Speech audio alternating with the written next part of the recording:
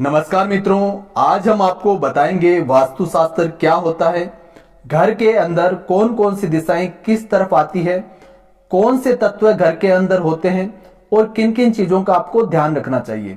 देखिए, जब भी आप किसी घर का निर्माण करते हैं, सबसे पहली आपकी समस्या रहती है वास्तुशास्त्र की। जो भी समझदार व्यक्ति होते हैं वो वास्तु के अनुरूप ही अपने घर, दुकान या फैक्ट्री का निर्माण करते हैं। जो व्यक्ति वास्तु सम्मत अपने घर, दुकान या फैक्ट्री का निर्माण नहीं करते तो उनके जीवन में संघर्ष बना ही रहता है और उनकी औलादें भी संघर्ष में ही निकल जाती है। तो मान लीजिए आपका एक प्लाट है, जो कि हम आपको पूरा वास्तु इसके अकॉर्डिंग समझा पाएंगे ताकि आपको समझने में आसानी हो। तो मान लीजिए आपका 30 बाई 40 का एक प्लॉट है, छोटी सी जमीन है या किसी भी तरह का बड़ा या छोटा प्लॉट है। 30 फीट वो पीछे से चौड़ाई है, 30 फीट आगे से चौड़ाई है, लंबाई 40 फीट और 40 फीट है।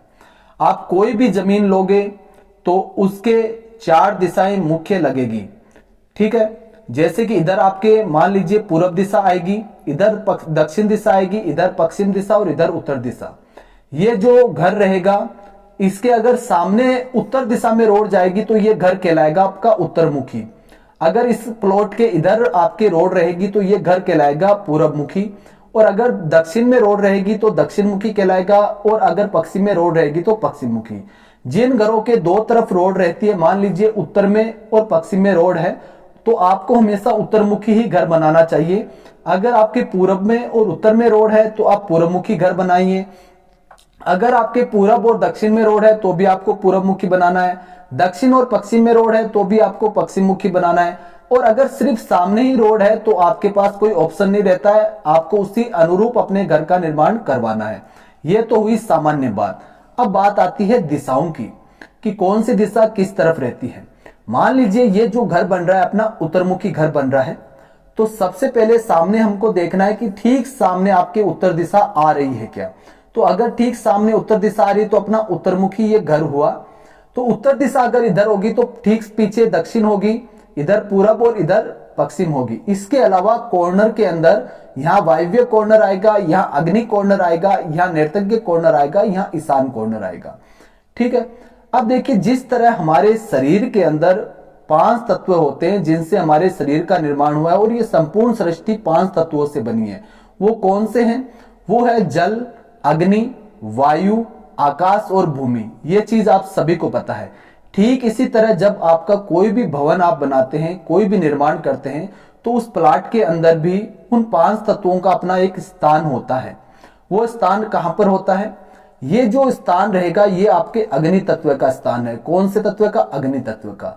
ये आपके भूमि तत्व का स्थान है, ठीक है। ये आपके वायव्य तत्व का स्थान है, यानी कि वायु का स्थान है।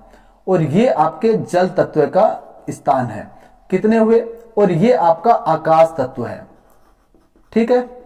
आकाश तत्व का स्थान है।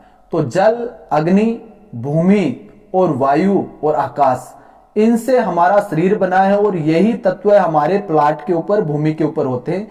इनको ध्यान में रखकर ही आपको निर्माण करना चाहिए। वास्तु क्या है?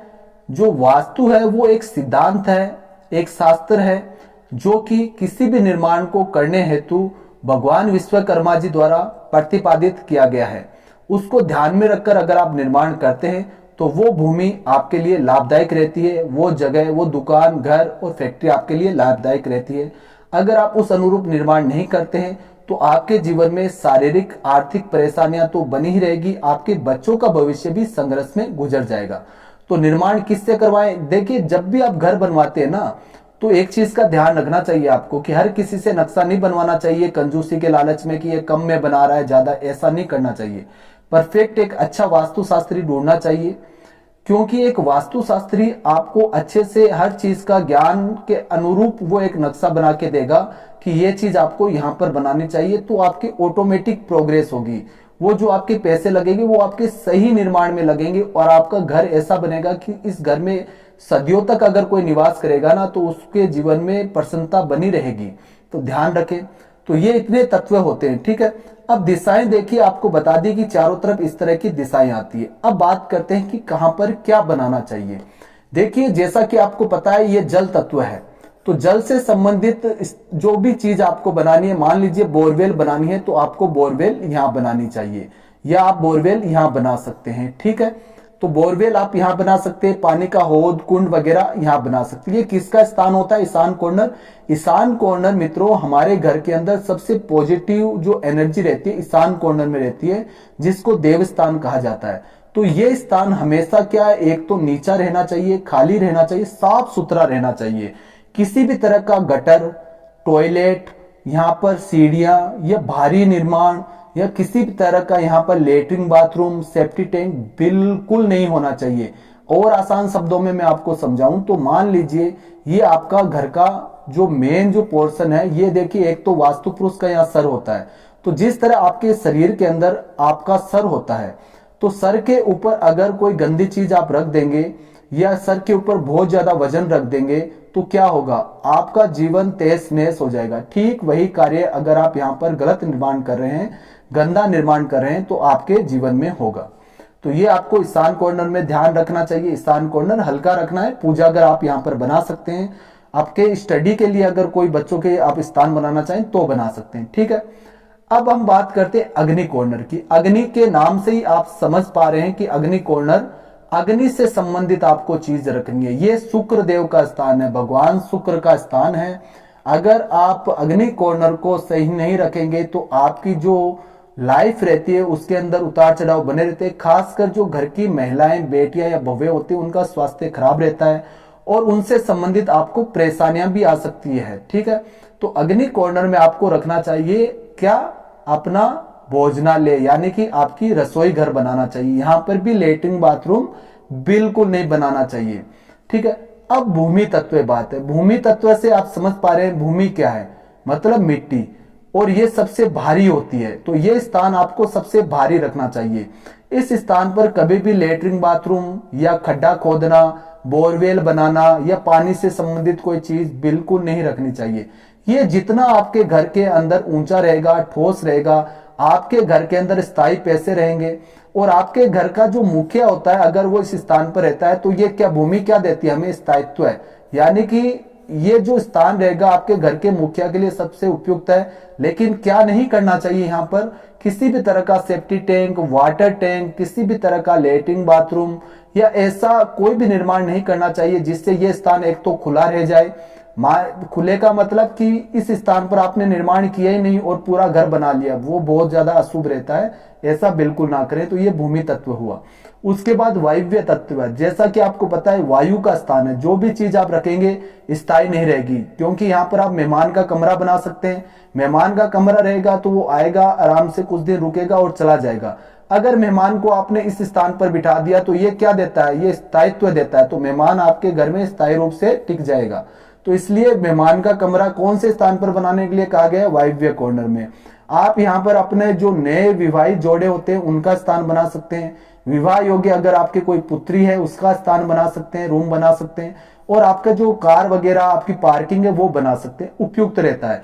वायव्य स्थान आपका अगर सही रहेगा तो जीवन में बहुत ज्यादा उन्नति रहती है। इस चीज का ध्यान रखें, क्योंकि जो ये नॉर्थ होता है ये पैसे का, शुक्र भगवान का होता है। लक्ष्मी जब भी घर में आपके प्रवेश करती है हमेशा नॉर्थ से ईशान होते हुए करती है। तो इस स्थान में अगर आप इन स्थानों पर अगर आप लेटरिन बाथरूम बना लेते हैं यहाँ पर उत्तर दिशा में, या सीढ़ियां बना लेते हैं ईशान उत्तर में, तो वो अशुभ मानी जाती है, क्योंकि ये पूरा आपका ब्लॉक हो जाएगा। तो कहां से लक्ष्मी आएगी, कहां से आपकी पॉजिटिव एनर्जी आएगी, ये पूरा आपने बंद कर लिया। अब बात करते हैं आकाश तत्व की। आकाश क्या होता है, नाम से ही आप समझ लीजिए एकदम आसान भाषा में, आपको कोई गहराई में अंधविश्वास में जाने की जरूरत नहीं। आकाश मतलब, आकाश का मतलब खुला स्थान। जैसे आकाश एकदम खुला रहता है उस तरह से आपका ये स्थान खुला रहना चाहिए, हवा से भरपूर रहना चाहिए और किसी भी तरह का यहाँ पर आपको निर्माण नहीं करना चाहिए। अगर आप यहाँ पर किसी भी तरह का निर्माण करते हैं तो वो आपके लिए उपयुक्त नहीं रहता है। तो इस तरह से देखिए हर एक दिशा और तत्व का अपना महत्व होता है। आसान भाषा में आप समझ सकते हैं। आपकी रसोई यहाँ बनेगी, आपका जो मास्टर बेडरूम यहाँ बनेगा, आपकी स्टेयर के सीढ़ियां आप दक्षिण में यहाँ बना सकते हैं, सीढ़ियां यहाँ बना सकते हैं, काफी उपयुक्त रहता है। सीढ़ियां कुछ स्थान पर आप यहाँ तक भी बना सकते हैं, यहाँ तक भी बना सकते हैं और यहाँ तक भी बना सकते हैं, लेकिन सबसे उपयुक्त स्थान ये होते हैं। रूम यहाँ बना, रसोई घर यहाँ बनी, सीढ़ियां यहाँ बनी, लेटरिन बाथरूम बनाना है यहाँ बना सकते हैं, लेटरिन बाथरूम इस स्थान पर बना सकते हैं। जो आपकी इधर सीढ़ी बना लीजिए, इतने स्थान में लेटरिन बाथरूम यहाँ बना लीजिए, नृतज्ञ की तरफ नहीं आना है। यहाँ पर तो देखिए किसी भी तरह का निर्माण नहीं करना है, ना आपको सीढ़ी बनानी है, ना कमरा बनाना है, ना लेटरिन बाथरूम। बहुत लोग यहाँ पर बोरवेल बना लेते हैं बीचों बीच, काफी कैसे जाते हैं हमारे पास नक्शा चेक करवाने के लिए कि यहाँ पर बीचों बीच बोरवेल, ऐसे घर का विनाश हो जाता है। कभी भी भूल कर ना बनाएं बोरवेल, कुआं, कुंड, सेफ्टी टैंक, खड्डा बिल्कुल मत रखें इसमें। ये स्थान किसका हो गया, आराम से आप पूजा घर बनाइए। अगर आपका पूर्वमुखी घर है तो पार्किंग भी आप दे सकते हैं, लेकिन कबाड़ा गाड़ी ना खड़ी करें। आप बाइक स्कूटी गाड़ी लाए, सुबह वापस ले गए, ऐसा, यानी ये स्थान मुख्य रूप से खाली ही रहना चाहिए। ठीक है, हल्का रहेगा, शुभ रहेगा, भारी रहेगा। अगर आपने यहाँ पर बहुत ज्यादा वजन की चीज रख दी है तो वो अशुभ रहेगा। उत्तर दिशा है, उत्तर दिशा में आप कमरा दे सकते हैं, कोई भी दिक्कत नहीं है, यहाँ पर कमरा बना सकते हैं। लेकिन ध्यान रखें, ये जो स्थान रहता है इस स्थान पर आपको लेटरिन बाथरूम नहीं बनाना है, सीढ़ी नहीं बनानी है। पूर्व दिशा के बीच में भी सीढ़ी नहीं बनानी है, ध्यान रखें। इन छोटी छोटी चीजों का आपको ध्यान में रखकर अगर आप घर बनाते हैं तो परफेक्ट घर बनता है। तो मैंने कोशिश की है, इससे परफेक्ट तरीके से आपको यूट्यूब पर और कोई नहीं समझा पाएगा। हर एक चीज को डीपली एकदम घर की तरह मैंने आपको समझाया है, तो चैनल को जरूर सब्सक्राइब करें। अगर आप चाहते हैं वास्तुशास्त्र से अनुरूप एक बहुत ही वास्तु अनुरूप नक्शा अच्छे से बनवाना, तो पूरा कंप्यूटराइज वर्क होता है, आगे का एलिवेशन डिजाइन भी बना के दिया जाता है। व्हाट्सएप पर आप संपर्क कर सकते हैं, पेड सर्विस रहती है, फीस देंगे तो ही वर्क होगा, वरना आप अपने आसपास के भी वास्तुशास्त्री से बनवा सकते हैं। लेकिन देखिए, इधर उधर हर किसी से नक्शा मत बनवाइए, जिनको वास्तु का नॉलेज ही नहीं है। तो वो देखिए थोड़े पैसों में नक्शा बना देंगे, लेकिन आपके जो लाखों रुपए जो खराब होंगे ना, उसकी भरपाई करने वाला कोई नहीं मिलेगा आपको। तो आज के लिए इतना ही, नमस्कार।